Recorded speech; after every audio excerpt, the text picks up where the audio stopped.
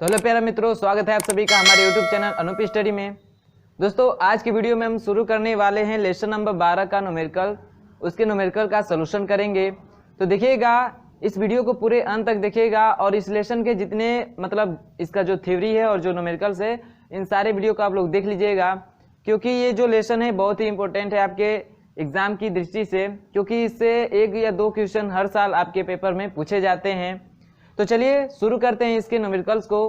तो देखिए पहला न्यूमेरिकल क्या कह रहा है, कह रहा है कि बंद कमरे में एक विद्युत पंखा चलाया जाता है, कमरे की वायु क्या होगी? ठंडी होती है, गर्म होती है, अपना तापमान बनाए रखती है या उपरोक्त में से कोई नहीं। तो देखिए पहला सवाल क्या कर रहा है कि जैसे एक कमरा है, ठीक है, और इस कमरे में एक पंखा चल रहा है, ठीक है, इस कमरे में एक पंखा चल रहा है। तो भाई पंखा चलेगा तो पूछ रहे इस कमरे की वायु क्या होगी? ठंडी होगी, गर्म होगी या अपनी ताप को बनाए रखेगी या उपरोक्त में से कोई नहीं। तो देखिए क्या होता है कि जब ये पंखा चलता है तो ये जो बाहर की वायु है वो क्या है? गर्म है। क्या है? ये सब गर्म है। और ये जब पंखा चलेगा तो इसको तो क्या करेगा? पंखा जब चलेगा तो क्या करेगा? इस रूम को ठंडा करेगा। मतलब भाई पंखा चलाते हैं गर्मियों में किस लिए? कि थोड़ी गर्मी कम लगे। लेकिन जो पढ़े हैं उष्मा क्या होती है? उच्च से निम्न की तरफ चलती है। तो इसके बाहर क्या है? गर्म हवा है, तो ये चलेगी किधर? इसके निम्न की तरफ। तो ये क्या करेगी? इस रूम के जो वायु है उसको क्या कर देगी? गर्म कर देगी। क्या कर देगी? गर्म कर देगी। ठीक है, जैसे आप लोग गर्मियों के दिनों में देखे होंगे कि जो पंखा चलता है तो पंखा चलने के बावजूद भी क्या होता है? बहुत गर्मी होती है। ऐसे कहते हैं ना कि बहुत ही हीट फेंक रहा है, यानी बहुत ही हीट हवा दे रहा है। तो क्या होता है, वही बाहर की जो वायु होती है वो गर्म होती है, और जो पंखा चलता है तो जो गर्म वायु है वो निम्न, अब इधर जो है थोड़ा निम्न ताप होगा, निम्न उष्मा होगा। तो उष्मा क्या करेगी? उच्च उष्मा से निम्न की तरफ पड़ेगी। तो इधर की जो कमरे की वायु होगी वो क्या हो जाती है? गर्म हो जाती है। क्या हो जाती है? गर्म हो जाती है। तो पहले का ऑप्शन नंबर कौन सा मार देंगे आप? ऑप्शन नंबर बी, गर्म हो जाती है। ठीक है, आपका ऑप्शन नंबर ए क्या है? अरे सॉरी, बी क्या है? करेक्ट है। इतनी बात सबको समझ में आई है। चलिए दूसरा देखिए, ये ऑप्शनल था, पहला ऑप्शनल था। आप बस याद कर लीजिए कि जब कमरे में पंखा चलाते हैं तो कमरे का जो टेम्परेचर है वो, यानी जो वायु है वो गर्म हो जाती है। ऐसे ही फ्रिज की भी आती है कि फ्रिज को गर्म दरवाजा उसको खोल के या छोड़ दे तो कमरे का टेम्परेचर कैसा होगा? तो उसमें भी क्या हो जाता है? बढ़ जाता है। ठीक ना। चलिए दूसरा देखते हैं। दूसरा क्या कर रहा है? दूसरा कि बर्फ का कितना भाग बर्फ ही बना रहेगा? बर्फ का कितना भाग बर्फ ही बना रहेगा यदि -10 डिग्री सेल्सियस पर बर्फ तथा 60 डिग्री सेल्सियस पर पानी के समान द्रव्यमान को मिलाया जाए? बर्फ की विशिष्ट उष्मा 0.5 कैलोरी प्रति ग्राम लीजिए। यानी जो बर्फ की विशिष्ट उष्मा है, बर्फ की विशिष्ट उष्मा, उसे कितना लेना है? 0.5 कैलोरी प्रति ग्राम डिग्री सेल्सियस। यही है ना? ठीक। तो देखिए क्या कर रहा है, कह रहा है कि एक बर्फ है जिसका टेम्परेचर है -10 डिग्री सेल्सियस, और जल है, ठीक है, और क्या है? जल है जिसका टेम्परेचर कितना है? 60 डिग्री सेल्सियस।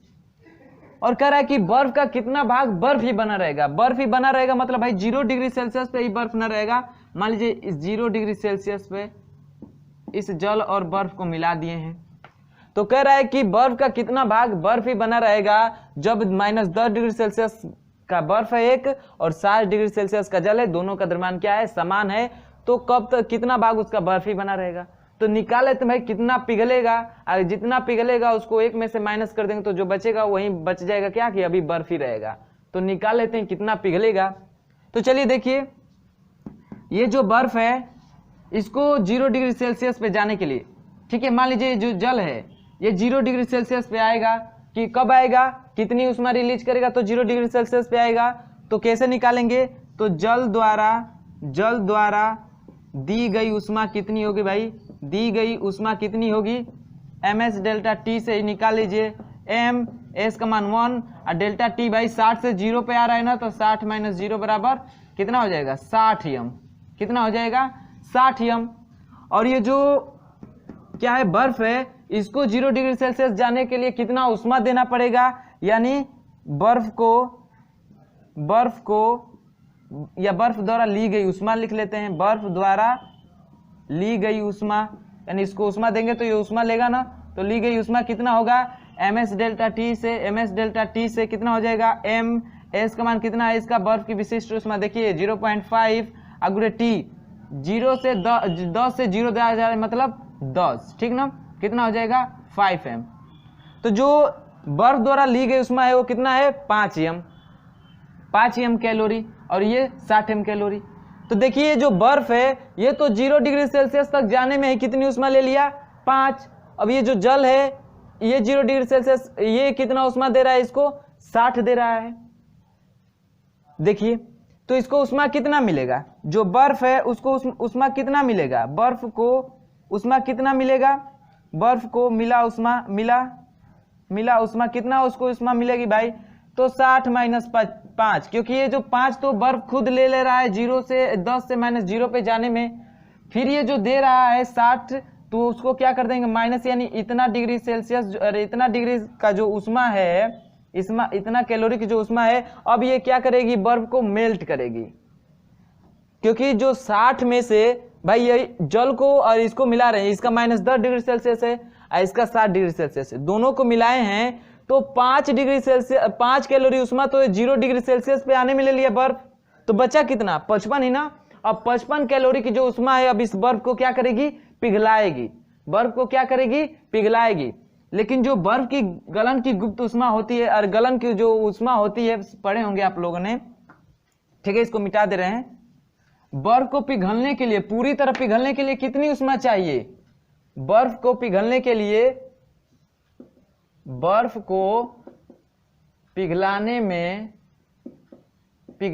में लगी उष्मा भाई, पिघलाने में उष्मा कितनी उष्मा लगेगी, तो ml से निकालते हैं ना, तो m l की कितनी होती है, यानी बर्फ की गलन की गुप्त उष्मा कितनी होती है 80, यानी 80 m, यानी इतनी कैलोरी उसको उष्मा चाहिए किसमें, उसको पिघलाने में। लेकिन मिल कितना रहा है 55 डिग्री सेल्सियस इसको पिघला रहा है, ठीक ना, इतना ही क्या दे रहा है जल इसको पिघलाने के लिए दे रहा है, लेकिन चाहिए इसको इतना, तो निकाल लेते हैं कि भाई कितना इसका बचेगा, कितना भाग पिघलेगा, तो कितना भाग पिघलेगा, तो पिघला भाग निकाल लेते हैं। बर्फ का पिघला हुआ भाग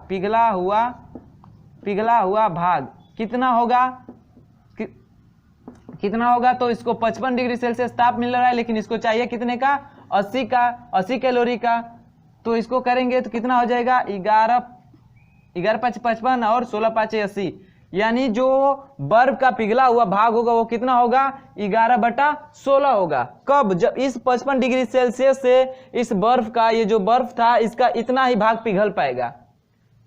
तो हम लोग पूछ रहे हैं कितना भाग बर्फ ही बना रहेगा, तो मान लेते हैं कि एक में से एक मानते हैं और उसमें से घटा दीजिए भाई 11/16, तो 16 का में 16 में से 11 गया 5/16, यानी इतना भाग अभी क्या होगा बर्फ ही बना रहेगा, बर्फ ही बना रहेगा। इतना जो भाग है वो क्या होगा अभी बर्फ ही बना रहेगा। ठीक है, बात समझ में आई है। यानी देखिए -10 डिग्री सेल्सियस पे बर्फ था और 60 डिग्री सेल्सियस पे जल था, दोनों को मिलाए तो ये जो बर्फ है 0 डिग्री सेल्सियस पर आने के लिए 5 कैलोरी ले लेगा उष्मा, तो 5 कैलोरी उष्मा ले लेगा, तो ये जो जल है 60 डिग्री सेल्सियस 60 कैलोरी उष्मा दे रहा है ना, 60 कैलोरी उष्मा दे रहा है, जिसमें से 5 कैलोरी तो ये बर्फ ले रहा है 0 डिग्री सेल्सियस आने में, तो कितना उष्मा और बचेगा, तो 55 कैलोरी। अब ये 55 कैलोरी क्या करेगी, इस बर्फ को मेल्ट करेगी, पिघलाएगी। लेकिन बर्फ को पिघलने के लिए कितनी उष्मा की चाहिए आवश्यकता, 80 कैलोरी की, 80 कैलोरी की। तो कितना भाग पिघला पाएगा ये, तो 55/80 की है, तो इतना भाग पिघला पाएगा। हम लोग को पूछा है कितना भाग बर्फ बना रहेगा, तो इतना भाग पिघला देगा, तो एक में से उसको माइनस कर देंगे तो इतना भाग क्या होगा बचा रहेगा। तभी ना इन दोनों को जोड़ेंगे तभी तो एक हो जाएगा, पूरा बर्फ हो जाएगा। 5/16 और 11/16 को जोड़ेंगे तो 16/16 यानी 1 हो जाएगा, वो पूरा बर्फ का निकल गया भाग 1। तो इतना भाग पिघल रहा है, तो टोटल में से 1 में से माइनस करेंगे तो कितना बचेगा बर्फ, तो वही निकल के आया कितना 5/16, यानी अभी 5/16 भाग क्या होगा बर्फ ही बना रहेगा और उसका 11/16 भाग क्या होगा पिघल जाएगा। कब? जब -10 डिग्री सेल्सियस ताप पे बर्फ रहेगा और उसको 7 डिग्री सेल्सियस ताप पे जल को मिलाएंगे एक ही द्रव्यमान के, तो उसका 11/16 भाग पिघल जाएगा, तो बचेगा कितना 5/16 भाग। तो हमसे पूछा क्या है बर्फ का कितना भाग बर्फ ही बना रहेगा, तो कितना भाग बचा है 5/16 ही भाग बचा है ना बर्फ बना रहेगा, और तो 11/16 तो पिघल जा रहा है, बच कितना रहे 5/16 भाग अभी बर्फ ही बच रहा है। तो ऑप्शन की बात कर ले तो कितना हो जाएगा दूसरे का ऑप्शन नंबर ए, दूसरे का ऑप्शन नंबर ए क्या हो जाएगा करेक्ट हो जाएगा, कितना 5/16 भाग क्या होगा अभी बर्फ ही बना रहेगा। बात सबको समझ में आई है? चलिए बहुत अच्छा, नोट करिएगा। फिर देखते हैं हम लोग तीसरा क्वेश्चन को। चलिए देखते हैं तीसरा क्वेश्चन क्या कह रहा है। कह रहा है कि ऊष्मीय ऊर्जा निर्भर करती है, ऊष्मीय ऊर्जा निर्भर करती है वस्तु के द्रव्यमान पर, ताप वृद्धि या कमी पर, वस्तु के पदार्थ की प्रकृति पर, इन सभी पर। तो जो ऊष्मीय ऊर्जा होती है वो किस पे निर्भर करती है, तो भाई Q बराबर क्या होता है ms डेल्टा T होता है ना, यानी द्रव्यमान पे निर्भर कर ही रही है, ताप परिवर्तन पे निर्भर कर ही रही है और उसकी प्रकृति पे भी निर्भर कर रही है। तो ये जो सारे ऑप्शन है सब पे निर्भर करती है, तो चौथा ऑप्शन दिया है ना इन सभी पे, तो क्या हो जाएगा उसमें जो ऊर्जा निर्भर करती है इन सभी पे, यानी वस्तु के द्रव्यमान पर भी, ताप वृद्धि या कमी पर भी, या वस्तु के प्रकृति पे भी, ठीक है कि वो ठोस है जल है कैसा है उसकी प्रकृति पे भी क्या होती है निर्भर करती है क्या ऊष्मीय ऊर्जा, ऊष्मीय ऊर्जा। तो इसका ऑप्शन नंबर कौन सा सही हो जाएगा तीसरे का ऑप्शन नंबर डी, इनमें से सभी, और ज्यादातर जो ऐसे ऑप्शन होते हैं इनमें से सभी वही क्या होते हैं करेक्ट होते हैं। और एक और मिलता है ए एंड बी, तो वो भी क्या होता है अधिकतर ज्यादातर आपका प्लस पॉइंट मिलता है क्या सही होने का, ठीक है। तो जहां भी आपको 4 ऑप्शन में इन सभी दिखे तो उसको मार दीजिए, ज्यादातर ऑप्शन होता है सही होने का, ठीक है। चलिए तो तीसरे का ऑप्शन नंबर डी सही हो गया। चौथा देख लीजिए क्या कह रहा है। चौथा कह रहा है कि एक ही धातु की दो वस्तुओं का उष्माधारिताओं में 3:4 का अनुपात है। उष्माधारिताओं में कितने का अनुपात है 3:4 का अनुपात है। तो कह रहा है कि इस क्या कह रहा है कि उनके द्रव्यमानों में अनुपात होगा, उनके द्रव्यमानों में अनुपात होगा, अनुपात की पूछ रहा है। तो देखिए एक वीडियो बनाया था जब तरंग गति एवं ध्वनि से, तो उसमें बताया गया था कि जब भी अनुपात की बात करें तो उसका उल्टा करके और क्या करते हैं आंसर मार देते हैं, ठीक है। लेकिन ये जो अब उष्मा की बात आ रही है, उष्मा में वो तो ध्वनि और तरंगों में आती थी, और जब उष्मा में अनुपात दे तो सीधे अनुपात का अनुपात ही क्या होता है आंसर होता है। सीधे अनुपात का अनुपात जो पूछे उसका सीधा एकदम सीधा अनुपात मिलाइए। तो देखिए इसमें का ऑप्शन कौन सा सही हो जाएगा 3:4 दिया ना, तो 3:4 कौन सा ऑप्शन मिल रहा है ऑप्शन नंबर ए, वही क्या होगा आपका करेक्ट होगा, ठीक है। आप पूछ कर रहा है द्रव्यमानों में अनुपात ना, तो उष्माधारिता बराबर क्या होता है निकाल भी लीजिए। उष्माधारिता बराबर क्या होता है, उष्माधारिता बराबर क्या होता है ms होता है, ms होता है। तो चलिए एक ही वस्तु है और उसका अनुपात दिया है कितने का 3:4 का, तो एक हो जाएगा कितना, देखिए इसमें s सब में s क्या होगा कांस्टेंट होगा, ठीक ना। तो 3:4 का अनुपात दिया है, तो जैसे मान लेते हैं a व b है, एक ही धातु का बना है, एक की उष्माधारिता कितनी है 3 है, तो 3 बराबर ms हो जाएगा, m1 s1 मान लेते हैं, m1 s मान लेते हैं। फिर जो दूसरा है इसका कितना हो जाएगा 4 बराबर m2 s हो जाएगा, m2 s हो जाएगा। तो इसको समीकरण 1 मान लेंगे, इसको समीकरण 2। पूछ रहा है क्या कि m1 और m2 द्रव्यमानों में अनुपात पूछ रहा है ना, तो समीकरण 1 में भाग करिए समीकरण 2 से, तो क्या हो जाएगा 3/4 बराबर m1 s बटा में m2 s, s से s कट गया। अब m2 अपन m1 को क्या लिख सकते हैं, m1 अपन m2 को क्या लिख सकते हैं m1 संबंधे m2 लिख सकते हैं, इसको क्या लिख सकते हैं 3:4। तो देखिए जो अनुपात दिया है क्वेश्चन में वही अनुपात मिल रहा है ना आंसर। तो ये जो उष्मा है, उष्मा से आप लोग याद रख लीजिए, देखिए एक ध्वनि थी और तरंग गति थी, उसमें जो अनुपात देता था उसका आंसर एकदम उल्टा करते थे। 3:4 था तो 4:3 मारते थे। अब जब उष्मा की बात आ जाती है तो इसमें क्या करते हैं सेम आता है, 3:4 है तो आंसर भी वही आएगा 4। आपने देखा भी प्रैक्टिकली, तो इसका ऑप्शन नंबर कौन सा सही है? ए, ठीक ना। और कभी भी अनुपात दिखे और पूछे अनुपात ही, तो आप जो अनुपात दिया रहेगा क्वेश्चन में वही अनुपात आप मार सकते हैं, ठीक है। आगे क्वेश्चन आएगा तो देखिएगा वैसे ही होगा, तो इसको नोट करिए। फिर देखते हैं 5वां सवाल। चलिए देखते हैं 5वां क्वेश्चन, ठीक है। 5वां क्या कह रहा है? 5वां कि किसी वस्तु की ऊष्माधारिता का उसकी विशिष्ट ऊष्मा से संबंध होता है। ऊष्माधारिता बराबर पढ़े हैं आप लोग, फिर पिछले क्वेश्चन में लिखा भी था ऊष्माधारिता बराबर क्या होता है?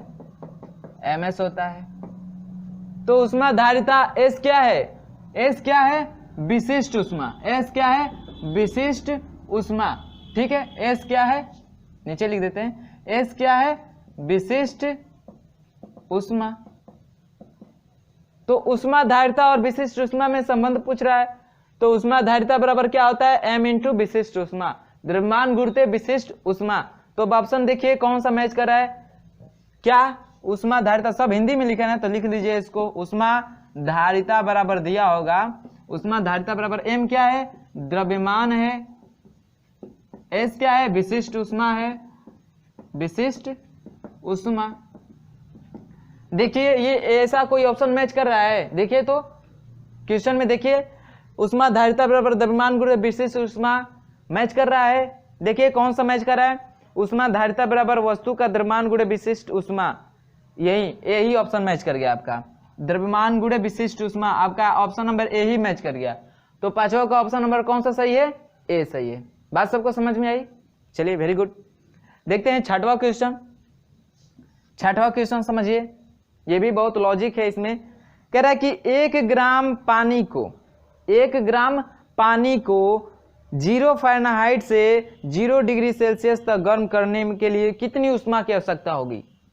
क्या बोल रहा है भाई? 0 डिग्री फ़ारेनहाइट से 0 डिग्री सेल्सियस तक गर्म करने में कितनी ऊष्मा? यहाँ से डेल्टा टी निकाले तो करे भाई, ये भी 0 है, ये भी 0 है, तो ये तो 0 हुआ। हम लोग Q बराबर होता है क्या होता है? Q बराबर क्या होता है? ms delta T, ms delta T. तो डेल्टा टी का मान 0 रखेंगे तो ये तो पूरा 0 हो जाएगा, 0 हो जाएगा। लेकिन ऐसा है नहीं ना। देखिए बात क्या है यहाँ पे, बात को आप लोग समझिए। 0 डिग्री फ़ारेनहाइट और 0 डिग्री सेल्सियस का मतलब क्या है? देखिए फ़ारेनहाइट पैमाना जब बना था तो उसका जो इनिशियल ताप था यानी प्रारंभिक ताप था वो कितना था? 32 डिग्री फ़ारेनहाइट। और अंतिम कितना था? 212 डिग्री फ़ारेनहाइट था ना। जब सेल्सियस पैमाना बना है सेल्सियस, तो उनका इनिशियल ताप कितना था? 0 डिग्री सेल्सियस, और फाइनल ताप क्या था? 100 डिग्री सेल्सियस। तो ये बात क्या है? 0 डिग्री फ़ारेनहाइट और 0 डिग्री सेल्सियस। वहां 0 डिग्री फ़ारेनहाइट, अब देखिए यहाँ पे 0 डिग्री फ़ारेनहाइट कब होगा? इसका जो इनिशियल पॉइंट है इसी को हम 0 फ़ारेनहाइट बोल सकते हैं, और इसका तो भाई 0 होता ही है, 0 डिग्री सेल्सियस होता ही है। लेकिन फ़ारेनहाइट में 0 बात करें तो उसका न्यूनतम बिंदु क्या होता है? 32 होता है ना। तो यहाँ से 32 फ़ारेनहाइट, 0 डिग्री फ़ारेनहाइट का मतलब 32 डिग्री फ़ारेनहाइट है, ठीक है। तो अब ताप मिल गया।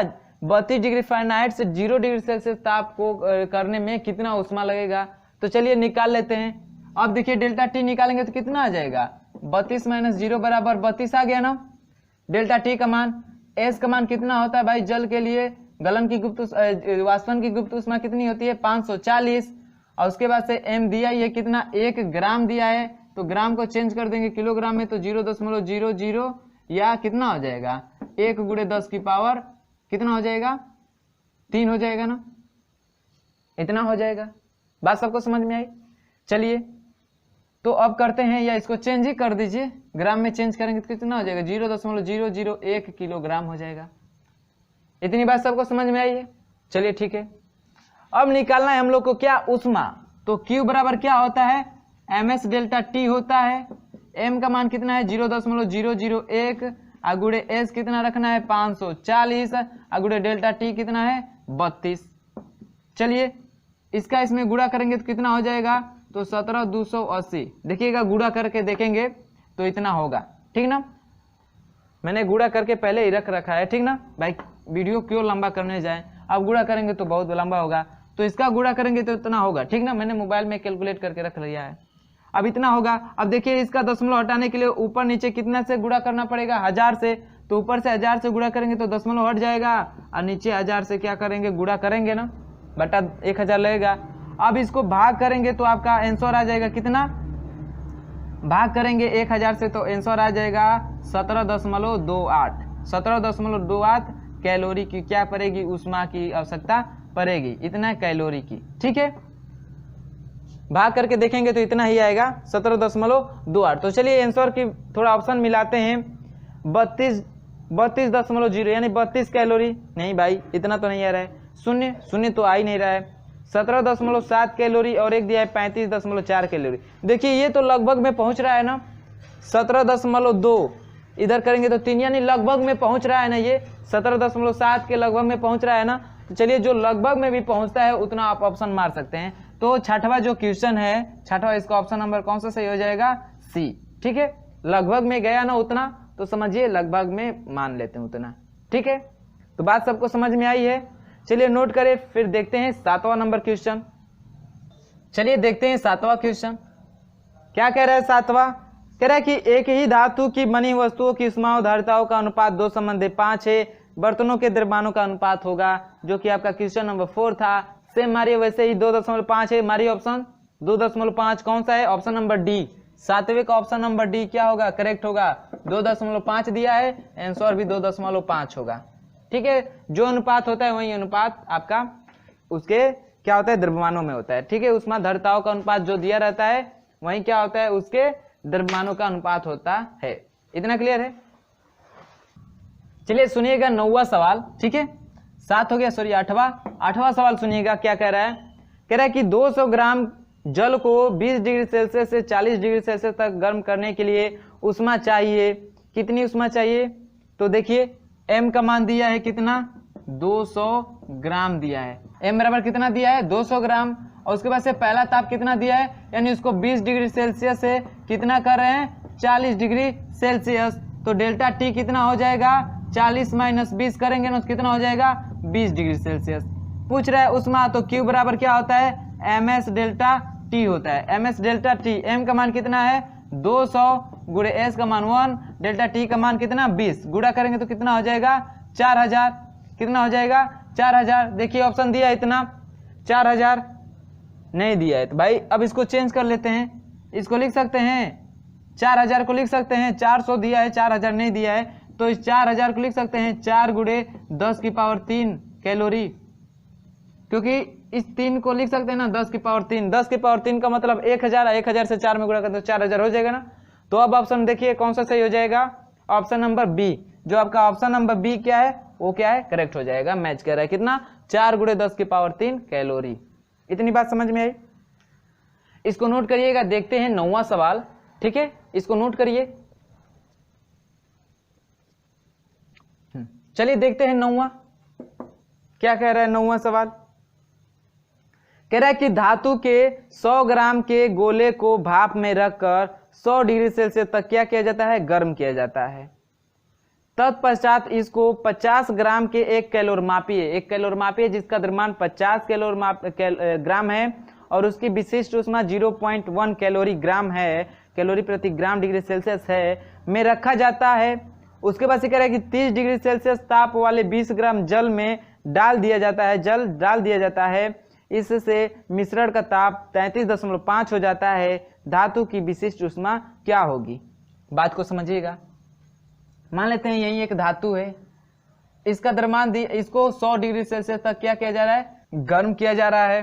फिर इसका द्रव्यमान दिया है, हाँ 100 ग्राम का ही है। इसका मास दिया है कितना, 100 ग्राम का। ठीक है, इसका द्रव्यमान दिया कि 100 ग्राम का है और इसको 100 डिग्री सेल्सियस तक गर्म किया जा रहा है।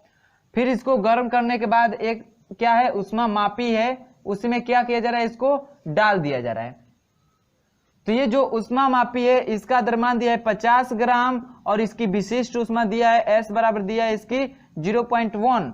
ठीक है, इसकी दिया है, इस कैलोर मापी की दिया है। फिर क्या किया जा रहा है कि इसमें अलग से जल डाला जा रहा है, वो भी कितना, तो 30 ग्राम है, नहीं 30 डिग्री सेल्सियस का है, क्या है, ताप का जल है, जिसका द्रव्यमान है कितना, 20 ग्राम है। अब इसको डाला जा रहा है इसमें ही।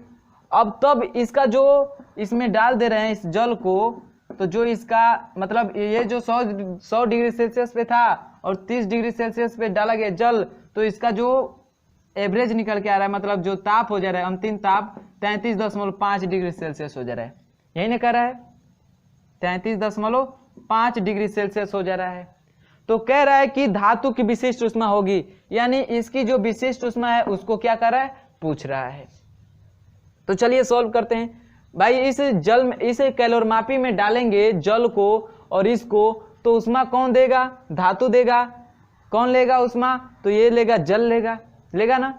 तो वहीं देखिए इसमें जब भी दो चीजों की क्या कर दे, तुलना कर दे, तो कौन सा नियम लगाते हैं, कैलोरीमिति का नियम लगाते हैं। ठीक है, कैलोरीमिति का नियम लगाते हैं। कब, जैसे एक धातु है और जल है, अब दोनों को मिक्स किया जाए तो भाई एक ऊष्मा लेगा एक ऊष्मा देगा। जिसका टेम्परेचर ज्यादा होगा वो ऊष्मा देगा, जिसका टेम्परेचर कम रहेगा वो ऊष्मा लेगा। तो जब ऐसा कंडीशन आता है तो हम लोग लगाते हैं क्या, कैलोरीमिति का सिद्धांत। क्या होता है, ली गई ऊष्मा बराबर दी गई ऊष्मा। तो कैलोरीमिति का सिद्धांत लगाते हैं, कैलोरीमिति का सिद्धांत, कैलोरीमिति का सिद्धांत से क्या होती है, तो ली गई ऊष्मा बराबर क्या होती है, दी गई ऊष्मा। यही होता है ना, ली गई ऊष्मा बराबर दी गई ऊष्मा। ऊष्मा कौन लेगा, जल लेगा। ठीक है, तो इसका निकालेंगे। ठीक है, तो देखिए 20 ग्राम का जल है, इसको डाला जा रहा है एक ऊष्मामापी में जिसका द्रव्यमान 50 है और विशिष्ट ऊष्मा S है। तो देखिए क्या होता है, ली गई ऊष्मा बराबर क्या होता है, M1 S1 डेल्टा T1 होता है ना, और उसके बाद से क्या होता है M2 S2 और डेल्टा T2, यही होता है ना। तो देखिए ली गई ऊष्मा, अब ऊष्मा कौन ले रहा है, तो देखिए ये जो 100 डिग्री सेल्सियस पे है तो ऊष्मा ये भी लेगा, ये जो कैलोरीमापी है ये भी ऊष्मा लेगा, ये भी कुछ हीट होगा, और उसके बाद से जो जल है 30 डिग्री सेल्सियस पे ये भी ऊष्मा लेगा। तो ऊष्मा ये दोनों ले रहे हैं, तो इसका मतलब इसका द्रव्यमान और इसका द्रव्यमान जोड़ लेते हैं। तो देखिए क्या हो जाएगा, इसका m क्या हो जाएगा, तो 50 ग्राम का क्या है, कैलोरीमापी है जिसकी विशिष्ट ऊष्मा इतनी है, और प्लस 20 ग्राम का क्या है, जल है। तो ये मास हो गया इतना। ठीक, S दिया नहीं है तो 1 मान लेते हैं, गुड़े डेल्टा T कितना होगा। अब बात समझिएगा, डेल्टा T कितना होगा, जल कितना था 20 डिग्री सेल्सियस का, फिर जो अंतिम ताप है कितना हो जा रहा है 33.5 डिग्री सेल्सियस हो जा रहा है। अंतर कितना है, जल और इसके ताप में अंतर कितना है, तो क्या करेंगे 33.5 में से 20 घटाएंगे। इतनी बात सबको समझ में आई, इतनी बात सबको समझ में आई। देखिए M क्या था, ऊष्मा कौन कौन लेगा, ऊष्मा मापी लेगा और जल लेगा। तो ऊष्मा मापी का द्रव्यमान इतना होगा 50 गुणे उसकी विशिष्ट ऊष्मा, प्लस जल का द्रव्यमान 20, इतना हो गया, द्रव्यमान हो गया। S दिया नहीं है, 1 मान लेते हैं, ठीक ना। और उसके बाद से डेल्टा T1 कितना होगा, तो 33 एवरेज है, यानी अंतिम ताप 33 हो जा रहा है। जल का कितना था 20, तो डिफरेंस कितना है जल और इस एवरेज के, यानी जो अंतिम ताप है कितने का है, तो 33.5 में से 20 घटा देंगे, 33.5 ही हो जा रहा है, हाँ घटा देंगे। अब उसके बाद दी गई ऊष्मा, ऊष्मा कौन दे रहा है, ये दे रहा है, धातु दे रहा है। तो इसका द्रव्यमान कितना है 100 है, तो चलिए 100 हो गया। इसकी विशिष्ट ऊष्मा कितनी है, तो निकालना है, तो भाई S2 लिख दीजिए। अब डेल्टा T कितना हो जाएगा, तो देखिए इसका 100 डिग्री सेल्सियस है, इसके डालने पे जो अंतिम ताप है 33.5 हो रहा है, कितने का डिफरेंस हो रहा है, तो 100 में से 33.5 घटाएंगे ना, तो क्या हो जाएगा 100 माइनस 33.5। अब चलिए इतनी बात सबको समझ में आ गई होगी, उम्मीद करता हूं ये इतना समझ में आ गया होगा। अब बस क्या करना है, कैलकुलेट करना है। इसका गुणा करेंगे तो 5 होगा, आप 20 में 5 जोड़ देंगे तो 25 गुणे ये कितना हो जाएगा, इसमें से घटा देंगे तो हो जाएगा कितना 13.5। देखिएगा सही कर रहे हैं ना सब, स्टेप बाय स्टेप आप लोग देखते जाइएगा, जहाँ मिस होगा बताइएगा, ठीक ना। अब ये क्या हो जाएगा 100 हो जाएगा, गुणे S2, इसको घटाएंगे तो कितना हो जाएगा, 10 में से 5 गया 5, यहाँ बचेगा 9, 9 में से 3 गया 6, यहाँ पे बचेगा 9, 9 में से 3 गया 6, 66.5 हो जाएगा, 66.5। इतनी बात समझ में। देखिए 25 को 100 से कटा सकते हैं, 25 चौके 100, तो कितना हो जाएगा, S2 का मान निकाल लेते हैं। तो S2 बराबर कितना हो जाएगा, देखिए इधर है 13.5, इधर है कितना 66.5, तो 66.5 लिख लेते हैं। अब देखिए यहाँ पे कटाए हैं तो 4 बार में कटा है ना, तो ये भी इसके गुणे में है, तो ये भी क्या आ जाएगा, इसका बट्टा में आ जाएगा ना। तो 13.5 बट्टे में 66.5 गुणे 4। अब इसी को कैलकुलेट करेंगे तो S2 का मान निकल के आ जाएगा। तो चलिए कैलकुलेट करते हैं, 13.5 भागे 66.5 और गुड़े फिर भाग कर देते हैं। देखिए पहले 13.5 में भाग करते हैं किससे, 66.5 से, और फिर भाग कर दे रहे हैं किससे, 4 से। ठीक है, 4 से, तो आ जाएगा आपका कितना, इतना आ जाएगा 0.00 कितना है भाई, 0.0131, 0.0131, इतना क्या आ जाएगा आपका आंसर, फाइनली आंसर। इतना जो होगी इसकी विशिष्ट ऊष्मा होगी कैलोरी प्रति क्या है, कितना क्या दिया था, ग्राम प्रति डिग्री सेल्सियस। आंसर में मात्रा क्या दिया है आपका, देखिएगा आंसर में कैलोरी प्रति ग्राम डिग्री सेल्सियस में निकाला है ना, कैलोरी प्रति ग्राम डिग्री सेल्सियस। ठीक है, बात सबको समझ में आई है, कुछ था नहीं। जब भी दो वस्तुओं से तुलना करे, ठीक ना, तो वही नियम लगाते हैं, कौन सा, कैलोरीमिति का सिद्धांत का नियम लगाते हैं। ली गई उष्मा बराबर दी गई उष्मा होती है। देखते हैं कौन कौन उष्मा ले रहा है, कौन उष्मा दे रहा है। ms डेल्टा T1 होता है ना, ये फार्मूला आप लोगों ने नोट किया है ना।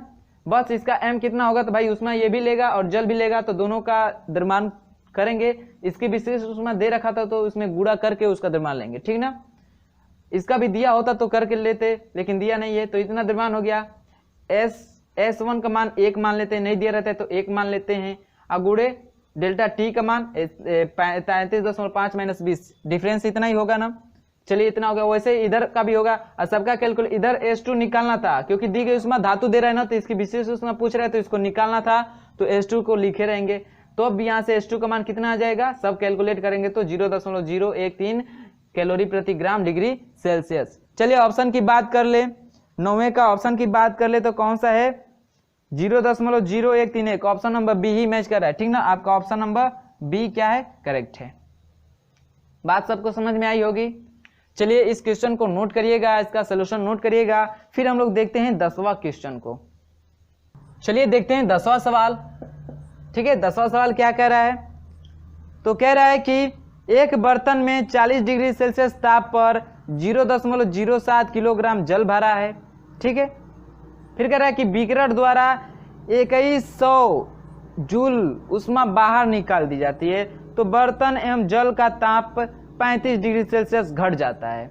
ठीक है, 35 डिग्री सेल्सियस घट जाता है, बर्तन की उष्मा धारिता होगी, बर्तन की उष्मा धारिता होगी, कितनी होगी, बर्तन की उष्मा धारिता पूछ रहा है, तो मान लेते हैं बर्तन की उष्मा धारिता कितनी होगी, तो W मान लेते हैं या कुछ भी मान लेंगे आप। ठीक है, इतनी होगी, तो बर्तन कितना उष्मा देगा। देखिए फार्मूला क्या बनेगा, एक तो बर्तन उष्मा देगा और फिर क्या करेगा, बर्तन इतना डिग्री सेल्सियस पर इतना किलोग्राम जल भरा है, बर्तन में इतना जल भरा है। ठीक है, कह रहे बीकरर द्वारा इतना निकाल दिया जा रहा है, तो उसका जो ताप है इतना हो जा रहा है। ठीक है, उसका जो ताप है इतना किलोग्राम का हो जा रहा है। तो देखिए बात क्या है, यहाँ पे ये भी उष्मा दे रहा है, तो देखिए इसमें वही लगेगा नियम कैलोरीमिति का ही, क्योंकि जो उष्मा देगा और निकल रहा है, ठीक है, इतना उष्मा दे रहा है फिर इतना बीकरर द्वारा निकल जा रहा है, तो जो दी गई उष्मा होगी ना, दी गई उष्मा बराबर हो गया होगा क्या, बीकरर द्वारा बाहर निकली हुई उष्मा, बाहर निकाली गई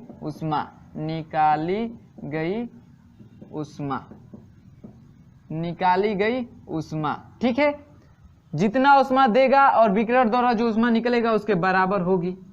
इतनी बात तो क्लियर है, इतनी बात तो क्या है, क्लियर है ना। तो चलिए देखिए, कह रहा है कि अब देखिए निकालते हैं बर्तन द्वारा कितना उष्मा लिया जाएगा, फिर जल द्वारा कितना उष्मा लिया जाएगा, और फिर निकालते हैं, अब तब इसको बीकरर द्वारा बाहर निकाले गई उष्मा के बराबर कर देते हैं। ठीक ना, तो देखिए जो बर्तन है, ये जो दी गई उष्मा होगी क्या निकलेगी, तो बर्तन द्वारा दी गई उष्मा, बर्तन द्वारा दी गई उष्मा अब प्लस बर्तन द्वारा दी गई उष्मा, अब जल भी देगा उष्मा ना, तो इसका भी उष्मा जोड़ेंगे ना, तो प्लस जल द्वारा दी गई उष्मा बराबर होगा क्या, बीकरर द्वारा बाहर निकाली गई उष्मा। इतनी बात सबको समझ में आई है। तो बर्तन द्वारा उष्मा कितनी जा रही है, तो बर्तन द्वारा कितना जाएगा भाई, ms डेल्टा T ही जाएगा, प्लस जल द्वारा उष्मा कितनी दी जाएगी, तो वो भी ms डेल्टा T दी जाएगी। अब बराबर बीकरर द्वारा कितना निकल रहा है, तो 2100 निकल ही रहा है। अब देखिए हम लोग बर्तन की उष्मा धारिता W माने, और W बराबर क्या होता है ms, तो ms की जगह पे W लिख सकते हैं। उष्मा धारिता ज्ञात करनी तो ms की जगह पे W लिख सकते हैं। बर्तन द्वारा दी गई उष्मा तो ms बराबर W लिख सकते हैं उष्मा धारिता। गुड़े डेल्टा T कितना हो जाएगा, देखिए 35 कितना हो जाएगा ताप, उसका अंत में ताप कितना हो जा रहा है 35 डिग्री सेल्सियस हो रहा है ना, और शुरू में कितना है उसका बर्तन का 40 डिग्री सेल्सियस ताप है, कितना है 40 डिग्री सेल्सियस ताप। तो यहाँ पे डेल्टा टी क्या हो जाएगा, तो 40 - 35 हो जाएगा। चलिए इतना समझ में आया तो बहुत अच्छा है। अब प्लस, अब ये निकालिए क्या, तो ms डेल्टा टी जल द्वारा, तो जल का द्रव्यमान कितना है, जल का द्रव्यमान दिया है, जल का द्रव्यमान क्वेश्चन पढ़िए, हाँ 0.07 किग्रा जल भरा है, जल का दिया है ना कितना 0.07 किलोग्राम। एस कितना होगा जल का, तो 4.2 गुणे इसका मान रख रहे हैं 4.2 गुणे 10 की पावर 3, ठीक है। और उसके बाद से टी इसका भी कितना हो जाएगा, टी इसका कितना हो जाएगा, तो जल का ताप इसका भी दिया है ना उतना ही 40 डिग्री सेल्सियस ताप पर इतना किलोग्राम जल है, बर्तन में भी इतना, बर्तन का भी ताप दिया है वही, ठीक है। तो कितना हो जाएगा, कितना हो जाएगा इसका ताप, इसका भी 40 - 35 हो जाएगा, इसका भी कितना हो जाएगा 40 - 35, यही इक्वल होगा कितना के, बाहर निकली गई उष्मा के। अब इसी को कैलकुलेट करके W का मान निकाल लेते हैं। तो चलिए देखिए क्या हो जाएगा, अब 40 में से 35 घटेगा 5, और 5 से W में गुणा होगा तो 5W प्लस, अब देखिए ये बचा है 0.07 और गुणे, यहाँ से भी 5 होगा, 5 से इसमें गुणा करेंगे तो 5 दूना 10, 5 × 20 = 21 हो जाएगा, गुणे 10 की पावर 3 बराबर 2100 हो जाएगा। इतनी बात समझ में आई है। चलिए अब इसका इसमें गुणा करेंगे तो कितना हो जाएगा 5W प्लस, इसका गुणा करिए तो 7 एकम में 7, और 7 दूना 14, दशमलव कितने स्थान पे 2 स्थान पे, और गुणे 10 की पावर 3, 10 की पावर 3 को लिख सकते हैं 1000 बराबर 2100। इतनी बात समझ में। अब देखिए इसमें गुणा करें तो 2 स्थान दशमलव 1000 से गुणा करेंगे तो दशमलव यहाँ पे आ जाएगा, ये यानी ये 2 0 तो इसको गायब कर देंगे, इस दशमलव को गायब कर देंगे, बचेगा 10, 10 से गुणा करेंगे तो कितना हो जाएगा 5W प्लस 14 70 हो जाएगा, बराबर कितना हो जाएगा 2100। चलिए आगे देख लेते हैं। तब 5W बराबर कितना हो जाएगा 2100 माइनस 14 70, ये प्लस में तो इधर आएगा तो माइनस में हो जाएगा। तब W बराबर कितना हो जाएगा, तो घटा दीजिए 0 हो जाएगा, यहाँ पे 10 में से 7 गया 3, यहाँ पे बचा कितना 0 बचा ना, तो फिर अब 0 अब भाग नहीं घटा नहीं पाएंगे तो 10 होगा, 10 में से 4 गया 6, अब यहाँ पे 1 बचेगा, 1 में से गया 0, अब बट्टा कितना हो जाएगा 5, घटा के देख लीजिएगा इतना आएगा, ठीक ना। तब W बराबर कितना हो जाएगा, तो कटा दीजिए 5 एकम में 5, 5 दूना 10 और 5 छक्का 30, W का मान कितना आ जाएगा 126, ठीक है 126। तो ऑप्शन की बात कर ले 126, और उसका मात्रक क्या होता है, मात्रक क्या होता है उष्मा धारिता का, तो जूल प्रति डिग्री सेल्सियस। चलिए तो ऑप्शन की बात कर ले तो कौन मैच कर रहा है 126, 10वें का 126 जूल प्रति डिग्री सेल्सियस। ऑप्शन नंबर कौन सा मैच कर रहा है, option number A, option number A क्या है वही ना है, हाँ 126 जूल प्रति डिग्री सेल्सियस, यानी जो आपका 10वां क्वेश्चन है उसका ऑप्शन नंबर ए क्या होगा, करेक्ट होगा। बात सबको समझ में आई होगी। बर्तन की उष्मा धारिता पूछ रहा है तो उसको W मान लें, W बराबर क्या होता है उष्मा धारिता बराबर ms होता है। इतनी बात सबको क्लियर है। अब देखिए इसमें उष्मा विकिरण द्वारा निकाल दी जा रही है, और जो हो रहा है बर्तन और जल द्वारा उष्मा दी जा रही है, तो भाई दी जा रही है और निकली जा रही है, इसका मतलब कैलोरीमिति का सिद्धांत लगाएंगे, ली गई उष्मा बराबर दी गई उष्मा। उष्मा कौन कौन देगा भाई, तो बर्तन उष्मा देगा प्लस जल उष्मा देगा। तो बर्तन कितना उष्मा देगा ms डेल्टा टी, जल भी ms डेल्टा टी, या बाहर कितना निकल रहा है 2100। ms को ही लिखते हैं ना उष्मा धारिता, तो बर्तन की उष्मा धारिता W माने थे हम लोग ms बराबर, तो लिख सकते हैं डेल्टा टी क्या होगा, तो 40 डिग्री दे रहे हैं, अंत में 35 हो जा रहा है तो 40 - 35, वैसे ही प्लस जल का द्रव्यमान इतना है, डेल्टा टी वही आयस का मान यहाँ पे इतना रखना है इसका, ठीक ना, और उसके बाद से डेल्टा टी वही हुआ बराबर 2100। ऐसी को कैलकुलेट करके W का मान निकालेंगे तो कितना आ जाएगा 126, कुछ था नहीं, ठीक ना। सेम ऐसे ही अगला सवाल भी है, 11वां जो सवाल है सेम ऐसे ही है, तो इसको नोट करिए, फिर 11वां को देखते हैं, उसको भी सॉल्व करते हैं, सेम इसी पे है 11वां सवाल भी, ठीक ना। तो चलिए इसे नोट करिए। तो चलिए देख लेते हैं 11 नंबर क्वेश्चन को भी, क्या कह रहा है ये, कह रहा है कि 50 ग्राम जल तुल्यांक को उष्मा मापी में 40 डिग्री सेल्सियस पर 150 ग्राम जल भरा है।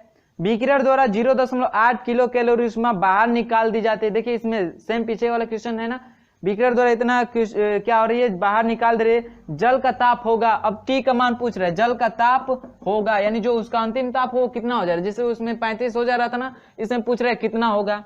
तो चलिए वहीं दी गई उष्मा बराबर ली गई उष्मा, दी गई उष्मा बराबर दी गई उष्मा बराबर ली गई उष्मा, किसका यह सिद्धांत है, कैलोरीमिति का। ली गई उष्मा बराबर ली गई उष्मा, ठीक है। तो भाई उष्मा कितना दिया जाएगा, तो कैलोरीमिति है कितने का, 50 ग्राम का। कैलोरीमिति है कितने का, 50 ग्राम का, प्लस कितना जल डाला जा रहा है, 150 ग्राम। ms होता है ना, ms डेल्टा टी, ठीक। s का मान 1 गुणे डेल्टा टी कितना होगा भाई, तो उसका ताप कितना है, 40 डिग्री सेल्सियस। आप पूछ रहे हैं डेल्टा टी का मान, तो भाई वो तो पता नहीं है, तो अब वो कितना होगा ये नहीं मालूम है, तो 40 माइनस टी में से क्या करें, 40 में से टी को घटा दें, कितना डेल्टा टी होगा वो निकल के आ जाएगा। उसके बाद से कितनी उष्मा ली जा रही है, तो 0.8 किलो कैलोरी ली जा रही है। किलो कैलोरी ली जा रही है, तो इसको कैलोरी में चेंज कर देंगे तो क्या हो जाएगा, 1000 से गुणा करेंगे तो कितना हो जाएगा, 800। तो यानी कितना हो गया, ये हो गया 200 गुणे 1 गुणे 40 माइनस टी बराबर कितना हो गया, 800 बराबर कितना हो गया, 800। यहाँ से इसका गुणा करेंगे तो इतना होगा 800। चलिए यहाँ से 2 जीरो से 2 जीरो कैंसिल, 4 से ये 4 बार में कटेगा ना, 2 से 4 बार में कटेगा, 8 हो गया। तो बचेगा कितना, 40 माइनस टी बराबर कितना, 4। टी का मान निकालना है, तो टी बराबर कितना होगा, 40 माइनस 4 बराबर 36 डिग्री सेल्सियस। 36 degree Celsius. तो जो उसका अंतिम ताप हो जाएगा कितना हो जाएगा, 36 डिग्री सेल्सियस। कितना हो जाएगा, 36 डिग्री सेल्सियस। तो अब ऑप्शन की बात कर ले हम लोग, तो कितना आ जाएगा आपका ऑप्शन, कौन सा ऑप्शन मैच कर रहा है, 11 का ऑप्शन नंबर सी मैच कर रहा है। बात सबको समझ में आई होगी। दी गई उष्मा कौन कौन भाई देगा, तो जल देगा और प्लस उष्मा जो उष्मा मापी जिसमें जल है वो देगा। तो जल उष्मा मापी का द्रव्यमान इतना है, जल का द्रव्यमान इतना, दोनों को ऐड कर लेते हैं तो टोटल द्रव्यमान हो जाएगा। उनकी विशेष उष्मा 1 मान लेते हैं। ताप कितना होगा, तो भाई ताप जो अंतिम ताप है मालूम नहीं है कितना होगा, कम होगा कि बेसी होगा, लेकिन उसका इनिशियल ताप मालूम है ना, तो इनिशियल में से उसको फाइनल को घटा देते हैं। अब बराबर 0.8 किलो कैलोरी, तो कैलोरी में चेंज कर लेते हैं तो 1000 से गुणा, तो कितना हो जाएगा 800। अब इसी को करेंगे कैलकुलेट, तो टी बराबर कितना आ जाएगा, 36 डिग्री सेल्सियस। बात समझ में आई होगी। नोट कर लीजिए इस क्वेश्चन को। फिर देखते हैं 12 नंबर क्वेश्चन कि 12 नंबर क्या कर रहा है, 12 वाला।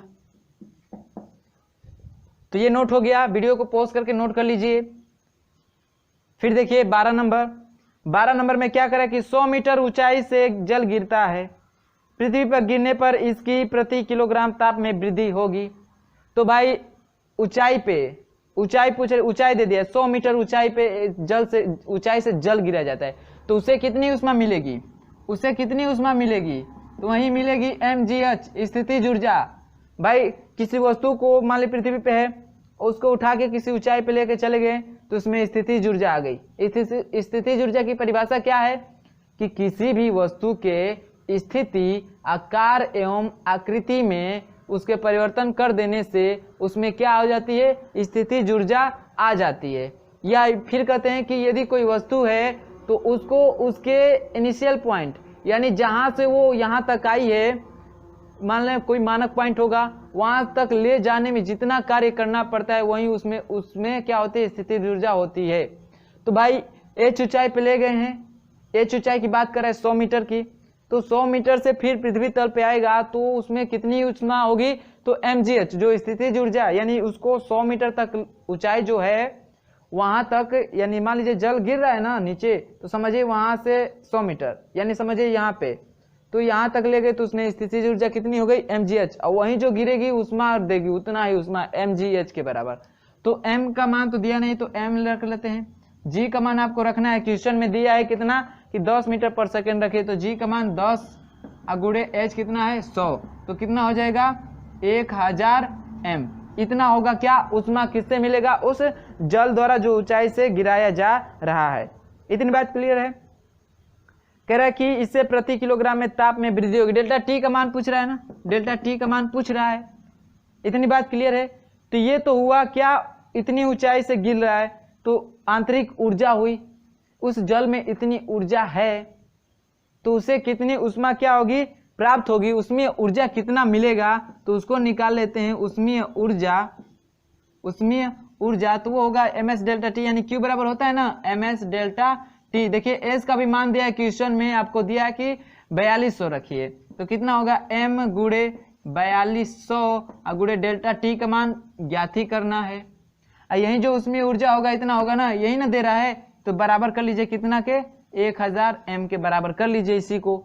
उसमें ऊर्जा बराबर ms डेल्टा टी, यानी यही प्राप्त होगा ना इस जल द्वारा, यही प्राप्त होगा, तो इसके बराबर कर लेते हैं। तो देखिए यहाँ से m कैंसिल हो जाएगा, 2 0 से 2 0 कैंसिल हो जाएगा, तब जो डेल्टा टी बराबर आ जाएगा कितना 10/42, 10/42। ऐसे को कैलकुलेट कर दीजिए तो कितना आ जाएगा, 10 में भाग करना है 42 से, 10 में भाग करना है 42 से, तो आ जाएगा 0.238। इतना ही आया है ना 10, हाँ इतना ही आया है। कितना आ जाएगा, तो डेल्टा टी बराबर कितना आ जाएगा 0.238 डिग्री सेल्सियस। इतने का क्या होगा, उसके ताप में वृद्धि होगी। कितना होगा, इतना ताप में उसका वृद्धि होगा। तो जब भी ऊंचाई दिया हो तो mgh से उससे कितना उसमें स्थितिज ऊर्जा होगी, यानी कितना उससे ऊर्जा मिल जाएगी, ये प्राप्त हो जाएगा, इतना ऊर्जा मिलेगी। तो Q बराबर क्या होता है ms डेल्टा टी होता है, तो भाई उतना ही ऊर्जा मिल रहा है ना, उसमें ऊर्जा यानी जो उससे मिल रहा है इतना मिल रहा है।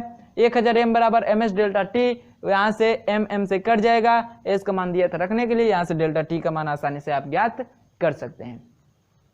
तो नोट करिएगा 12 को। फिर देखते हैं अगला सवाल 13 नंबर, ठीक है, नोट करिए इन दोनों को। तो चलिए देखते हैं 13 नंबर क्वेश्चन क्या कह रहा है कि यदि किसी धातु का द्रव्यमान 100 ग्राम है तथा विशिष्ट ऊष्मा 0.11 किलो कैलोरी प्रति ग्राम डिग्री सेल्सियस हो तो ऊष्माधारिता होगी। ऊष्माधारिता बराबर क्या होता है, ऊष्माधारिता बराबर क्या होता है ms, ऊष्माधारिता बराबर क्या होता है m इंटू एस। m क्या है, द्रव्यमान है, m क्या है, द्रव्यमान है, s क्या है, विशिष्ट ऊष्मा है, विशिष्ट ऊष्मा है, यही होता है ना। तो सबका मान दिया है तो क्या नहीं निकल जाएगा, ऊष्माधारिता, ऊष्माधारिता बराबर क्या हो जाएगा, m का मान दिया है 100 और विशिष्ट ऊष्मा दिया है 0.11, तो करेंगे तो क्या आ जाएगा 11 ही आएगा ना, जूल प्रति डिग्री सेल्सियस, जूल प्रति डिग्री सेल्सियस। तो ऑप्शन की बात कर ले, ऑप्शन की बात कर ले तो कौन सा सही हो जाएगा, सॉरी ऊष्माधारिता कैलोरी प्रति डिग्री सेल्सियस में दिया ना, तो यहाँ पे जूल नहीं कैलोरी होगा ना, कैलोरी, कैलोरी प्रति ग्राम डिग्री सेल्सियस, यही है ना। तो चलिए सॉरी ग्राम डिग्री सेल्सियस करें, डिग्री सेल्सियस प्रति डिग्री सेल्सियस, तो 11 कैलोरी प्रति डिग्री सेल्सियस। तो ऑप्शन की बात कर ले तो कौन सा सही हो जाएगा, 11 कैलोरी प्रति डिग्री सेल्सियस। 13 का ऑप्शन नंबर सी, 13 का ऑप्शन नंबर सी क्या हो जाएगा, करेक्ट हो जाएगा। 12 नंबर में ऑप्शन की बात नहीं किए थे ना, तो उसमें कितना आया था हम लोग का, कितना सोल्यूशन किए थे, तो आया था 0.238 ना। तो इसका जो 12 नंबर क्वेश्चन है उसका ऑप्शन नंबर डी था करेक्ट, ठीक है। आप लोग मार भी लिए होंगे क्योंकि सोल्यूशन करके आंसर निकाल दिया गया, तो आप ऑप्शन मार सकते थे। उसका ऑप्शन डी था 0.238 डिग्री सेल्सियस। 13 का कितना आया, 11 कैलोरी प्रति डिग्री सेल्सियस। इतना क्लियर है। चलिए देखते हैं इस वीडियो का लास्ट क्वेश्चन, 14 नंबर क्वेश्चन, और खत्म करते हैं इस वीडियो को। फिर मिलेंगे अगले वीडियो में इसके आगे सवाल के साथ। तो चलिए देखते हैं इसका लास्ट क्वेश्चन क्या कह रहा है। कह रहा है कि 10 ग्राम प्लेटिनम के टुकड़े को भट्ठी से निकालकर 40 ग्राम पानी में डाल दिया जाता है, जिसका ताप 30 डिग्री सेल्सियस से बढ़कर 40 डिग्री सेल्सियस हो जाता है। भट्टी का ताप था, प्लेटिनम की विशिष्ट ऊष्मा इतना रखिए। यानी जो 14 नंबर क्वेश्चन है इसमें प्लेटिनम, जो प्लेटिनम है उसकी विशिष्ट ऊष्मा दे रखा है, प्लेटिनम, प्लेटिनम की विशिष्ट ऊष्मा दे रखा है कितना, 0.032, यही दे रखा है ना 0.032, ठीक है, इतना रखना है। तो देखिए प्लेटिनम की धातु को गर्म किया जा रहा है और गर्म करके जल में डाला जा रहा है, तो जाहिर सी बात है उसको गर्म करेंगे तो उसका टेम्परेचर हाई होगा और फिर उसको जल में डालेंगे तो उस जल का ताप 30 डिग्री सेल्सियस से बढ़ के 40 डिग्री सेल्सियस। इससे भी क्लियर हो रहा है कि जो प्लेटिनम का ताप होगा ज्यादा होगा, तो उसको जल में डाला जा रहा है। तो जल का ताप 30 से 40 हो जा रहा है। इसका मतलब वो जल उष्मा दे रहा है और जल उष्मा ले रहा है। दो जब भी वस्तुओं का कंपैरिजन करें, आप कौन सा नियम लगाना है? कैलोरीमिति। ठीक है, इसका ज्यादातर ऐसे ही सवाल सॉल्व हो गए कैलोरीमिति के सिद्धांत पे। कब होगा भाई? जब दो वस्तुओं के बारे में जिक्र कर देगा तो क्या होगा? कैलोरीमिति के सिद्धांत से ली गई ऊष्मा बराबर दी गई ऊष्मा। तो ऊष्मा कौन ले रहा है? जल ले रहा है। जल का द्रव्यमान क्या होता है? ms यही ना होता है। m1 बार बार लिखना पड़ रहा है, लेकिन हम चलिए लिख देते हैं m2s2 डेल्टा t2, यही होता है ना। मैं बार बार नहीं लिखूंगा, कभी मैं m का मान रख दूं, s का मान रख दूं, तो आप लोग समझ जाइएगा कि ये फार्मूला है। ठीक ना। चलिए, ली गई ऊष्मा कौन ले रहा है? जल ले रहा है। तो जल का द्रव्यमान कितना दिया है? तो 40। तो चलिए 40 रख लेते हैं। s इसका नहीं दिया है, 1 मान लेते हैं। इसका ताप 30 से 40 हो जा रहा है, मतलब डिफरेंस कितने का हो रहा है? तो 40 - 30। समझ पा रहे हैं इतना? सब लोग इतना समझ पा रहे हैं? चलिए, अब ऊष्मा दे कौन रहा है? तो प्लेटिनम की धातु दे रहा है ना। तो चलिए, उसका द्रव्यमान कितना दिया है? तो 10 ग्राम है, 10 ग्राम। S2 इसका दे दिया है, यानी प्लेटिनम की विशिष्ट ऊष्मा दे रखा है कि 0.032 रखना है, तो रखना है। ठीक है, अभी देखिए इसका ताप कितना होगा। तो भाई जो ताप देंगे, फिर इसका बाद में ताप 40 डिग्री सेल्सियस हो जा रहा है। तो ये नहीं ना कि इसको कम ताप देंगे तब तो नहीं ना 40 डिग्री सेल्सियस होगा। भाई जल नहीं ना दे रहा है इसको ताप, जल इससे ले रहा है, तो जाहिर सी बात है इसका जो इनिशियल ताप होगा, यानी जो हम लोग ताप दिए हैं वो ज्यादा होगा। तो ज्यादा होगा तो उसको T मान लेते हैं, और वहीं पूछ भी रहा है और उसमें से माइनस कर दे रहे हैं क्या? 40 दिख रहा है उधर। चलिए ठीक ना, 40 हो जाएगा। ठीक है, थोड़ा सा इधर दिख नहीं रहा होगा तो लिख दे रहे हैं इधर। देखिए m का मान कितना है?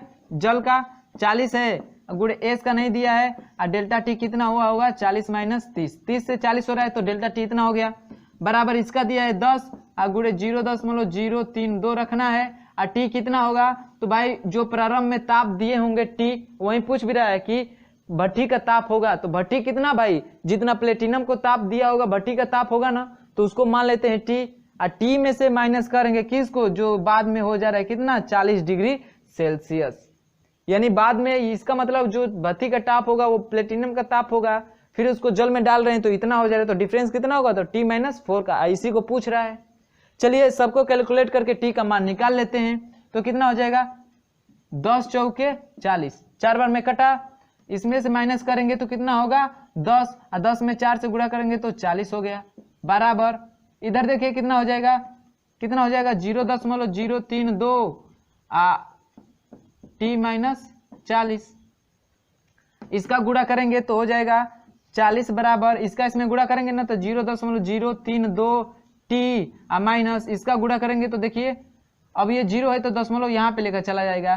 पहले गुणा कर लेते हैं। 4 तिया 12, अरे सॉरी 4 दूना 8, हासिल कुछ नहीं लगेगा, 4 दूना 8, 4 तिया 12, एक 0 बढ़ जाएगा। दशमलव कितने स्थान पर? 1 2 3 स्थान पर, 1 2 3 दशमलव यहाँ पे आ जाएगा।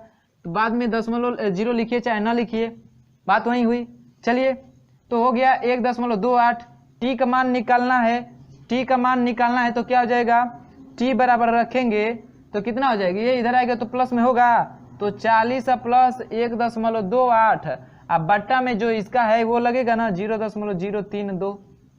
इतनी बात सबको समझ में आई है?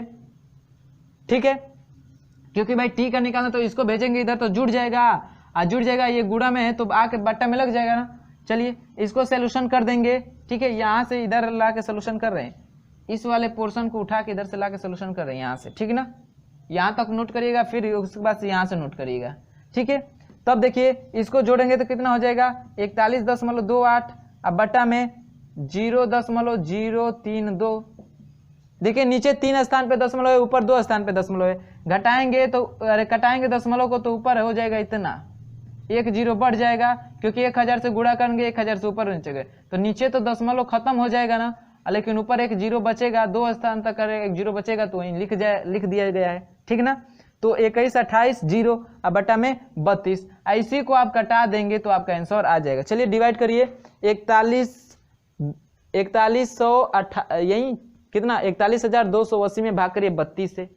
चलिए भाग करिए, 41 41,280 बटा में कितना 32। चलिए भाग करिए, तो भाग करेंगे तो आपका आ जाएगा 1290, यानी जो भट्ठी का ताप होगा ना वो कितना होगा 1290 डिग्री सेल्सियस। इसका मतलब जो प्लेटिनम को ताप मिलेगा ना शुरू में वो 1290 डिग्री सेल्सियस होगा, और जब इसको जल में डालेंगे तो उसका ताप, जो जल का ताप है 30 डिग्री सेल्सियस, वो बढ़ के कितना हो जाएगा 40 डिग्री सेल्सियस। तो जो भट्ठी का ताप होगा वो कितना होगा 1290 डिग्री सेल्सियस। इतना सबको समझ में आया, इसको नोट करिएगा। और ऑप्शन की बात कर ले, ऑप्शन की बात कर ले 14 नंबर क्वेश्चन का, तो 1290, तो जो 14 है उसका ऑप्शन नंबर कौन सा सही हो जाएगा 1290, ऑप्शन नंबर ए। यानी जो ये क्वेश्चन है 14 नंबर, इसका ऑप्शन नंबर ए क्या हो जाएगा करेक्ट हो जाएगा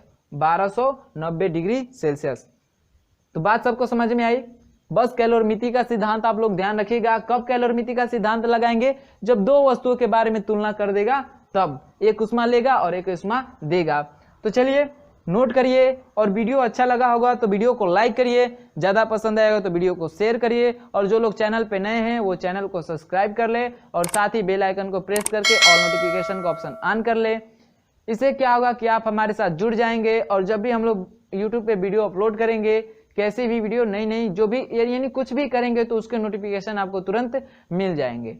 तो चलिए इस वीडियो में बस इतना ही, अगले वीडियो में मिलते हैं क्वेश्चन नंबर 15 के साथ। तब तक के लिए धन्यवाद, बाय बाय।